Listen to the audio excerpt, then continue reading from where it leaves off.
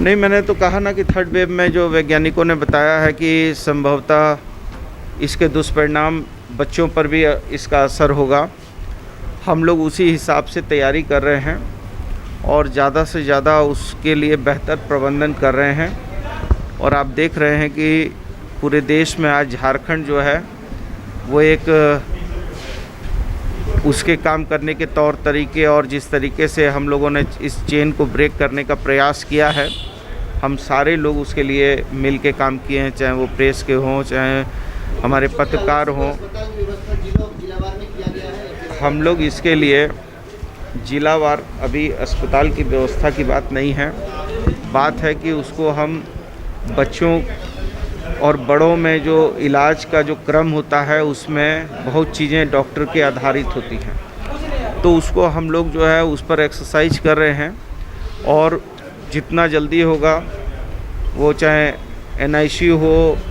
या PICU हो वगैरह, जो भी डॉक्टरों के द्वारा या जो हमारे विधि विशेषज्ञ हैं वो जो भी हम लोगों को दिशा निर्देश दे रहे हैं उसके अनुरूप राज्य सरकार काम कर रही है। फंगस भी एक तरह से ये समझिए कि न्यूटन की गति का एक तीसरा नियम होता है, क्रिया के विरुद्ध प्रतिक्रिया। तो जिस तरीके से कोरोना 19 की दवाइयों को दिया गया है और उन दवाइयों का ये दुष्परिणाम हुआ है कि ब्लैक फंगस जो है के रूप में एक महामारी ने पैर पसारा है और झारखंड में भी इसका आंशिक प्रभाव पड़ा है। हमारे यहाँ भी 16-17 मरीज ऐसे चिन्हित किए गए हैं जिनको ब्लैक फंगस नामक बीमारी आई है। और ये कुछ जो ऑक्सीजन भी लोगों ने दिया है उसमें जो पानी वगैरह जो है वो पानी, यदि वो फ़िल्टर पानी या उसका एक मानक है, वो मानक भी यदि थोड़ा सा गड़बड़ाता है तो ये शिकायतें हैं। वैज्ञानिकों के द्वारा इस बात को भी उल्लेखित किया गया है। निश्चित तौर पर ब्लैक फंगस के लिए सरकार गंभीर है और हम कोशिश करेंगे कि वैसी दवाइयाँ, जिस दवाइयों के दुष्परिणाम हो रहे हैं, वैसी दवाइयों को कम से कम इस्तेमाल किया जाए। और केंद्र से भी हम लोग इस संबंध में जो उसके इलाज के लिए, चूँकि ये एक लंबी प्रक्रिया है और ब्लैक फंगस में इसका त्वरित इलाज नहीं है, बल्कि इसको कई, जैसे हम रेमडेसिविर वगैरह 5 इंजेक्शन 6 इंजेक्शन का ये एक डोज डॉक्टरों ने तय किया, लेकिन इसके डोज काफ़ी लंबे हैं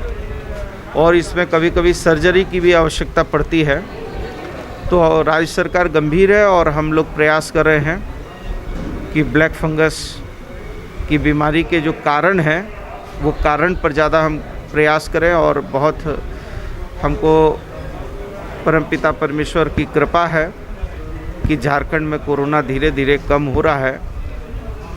लेकिन तीसरे वेव के आने की भी आशंकाएं हैं। इसके लिए हम राज्य सरकार पूरी तरीके से चाक चौबंद प्रबंधन कर रही है ताकि भविष्य में कोई भी आने वाली समस्या के समाधान के लिए हम अभी से तत्पर हो गए हैं। बच्चे बड़े स्तर पर, मैं झारखंड के सभी नागरिकों से ये अपील करना चाहता हूँ कि अगले वर्ष जैसा लॉकडाउन लगा था और कोरोना चेन को ख़त्म करने में मदद किए थे, उसी प्रकार चूँकि ये संक्रमण बीमारी है कोरोना, एक दूसरे लोगों से फैलने की संभावना रहती है, वैसी स्थिति में मेरा यह अपील होगा कि सभी लोग घरों में रहें, सुरक्षित रहें और ये स्वास्थ्य सप्ताह जो मनाने का सरकार द्वारा निर्णय लिया गया है उसमें पूर्ण सहयोग करें और स्वस्थ रहें और सुरक्षित रहें। जब टूटती है आस, जब थकती है सांस, जब रूठते हैं अपने, मुंह मोड़ता है जमाना, जब अंगड़ाई लेता है संकल्प, फिर बनती है कहानी, बनते हैं अनमिट निशान। देखिए मेरे साथ संघर्ष की दास्तां।